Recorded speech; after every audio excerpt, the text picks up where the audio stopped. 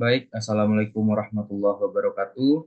Perkenalkan, nama saya Arifal Alvino dengan NIM 210890001.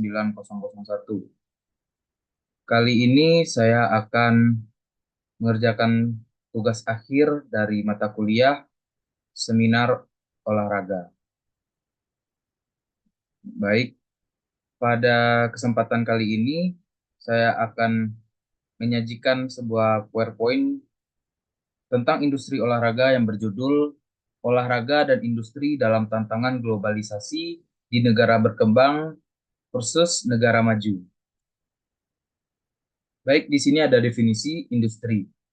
Definisi industri sejak Peter Weber sukses membisniskan Olimpiade pada tahun 1984 Los Angeles, maka era sport industri dimulai. Bisnis dapat didefinisikan sebagai suatu kegiatan usaha individu yang terorganisir untuk menghasilkan dan menjual barang dan jasa guna mendapatkan keuntungan dalam memenuhi kebutuhan masyarakat. Bisnis merupakan sejumlah usaha yang meliputi bidang olahraga, baik itu menciptakan atau memproduksi suatu produk yang berkaitan dengan olahraga ataupun kegiatan jasa olahraga, dan kemudian memasarkannya kepada masyarakat atau konsumen.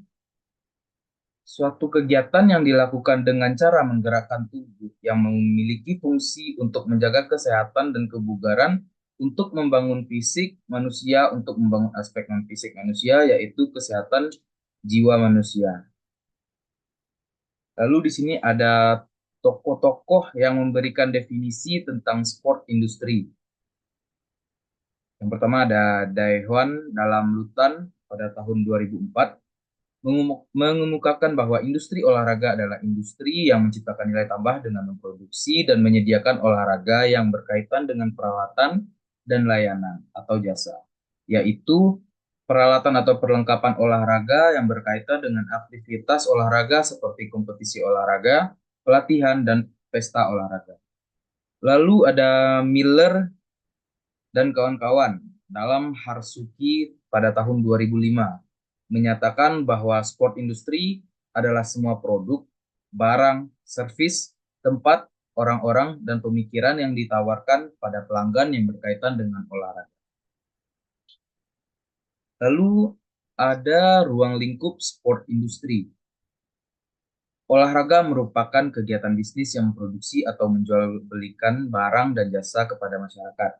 Sehingga ruang lingkup sport industri meliputi produk dan jasa. Produk dapat berupa alat-alat olahraga, perlengkapan olahraga, dan lain-lain. Sedangkan jasa meliputi gedung olahraga, keterampilan sesuai dalam Undang-Undang Nomor 11 Tahun 2022 tentang Sistem Keolahragaan Nasional Pasal 90 mengenai industri olahraga dan Sarpas. Perkembangan industri sport.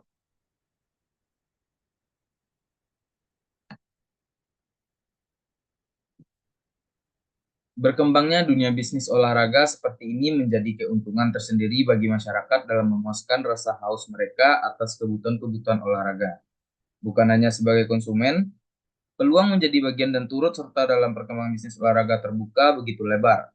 Dalam perkembangannya, pengertian olahraga juga dijabarkan sebagai suatu alat yang berguna untuk perangsangan, perkembangan, dan pertumbuhan jasmani atau tubuh rohani atau jiwa, dan juga kehidupan sosial.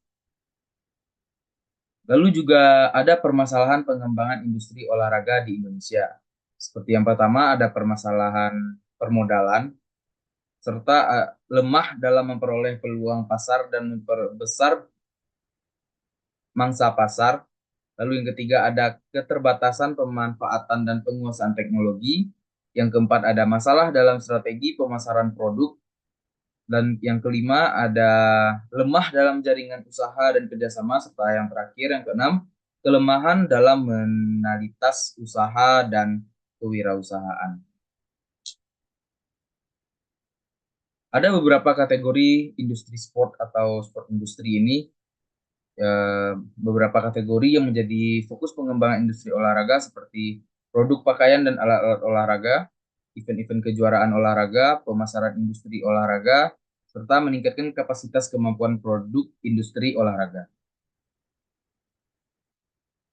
Strategi olahraga yang pertama ada sport performance atau penampilan olahraga, yang kedua sport production atau produksi olahraga, dan yang ketiga ada sport promotion atau promosi olahraga.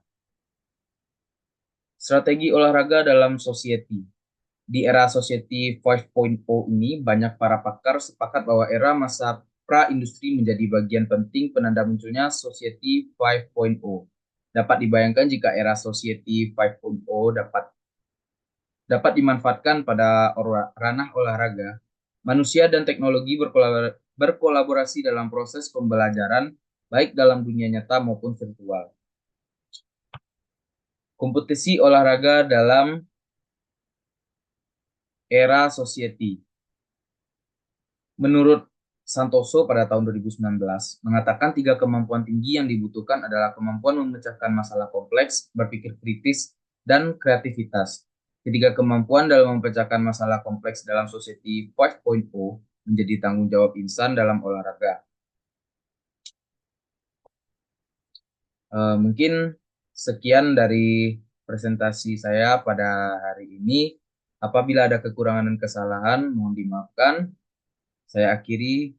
Wabillahi taufik wal hidayah. Assalamualaikum warahmatullahi wabarakatuh.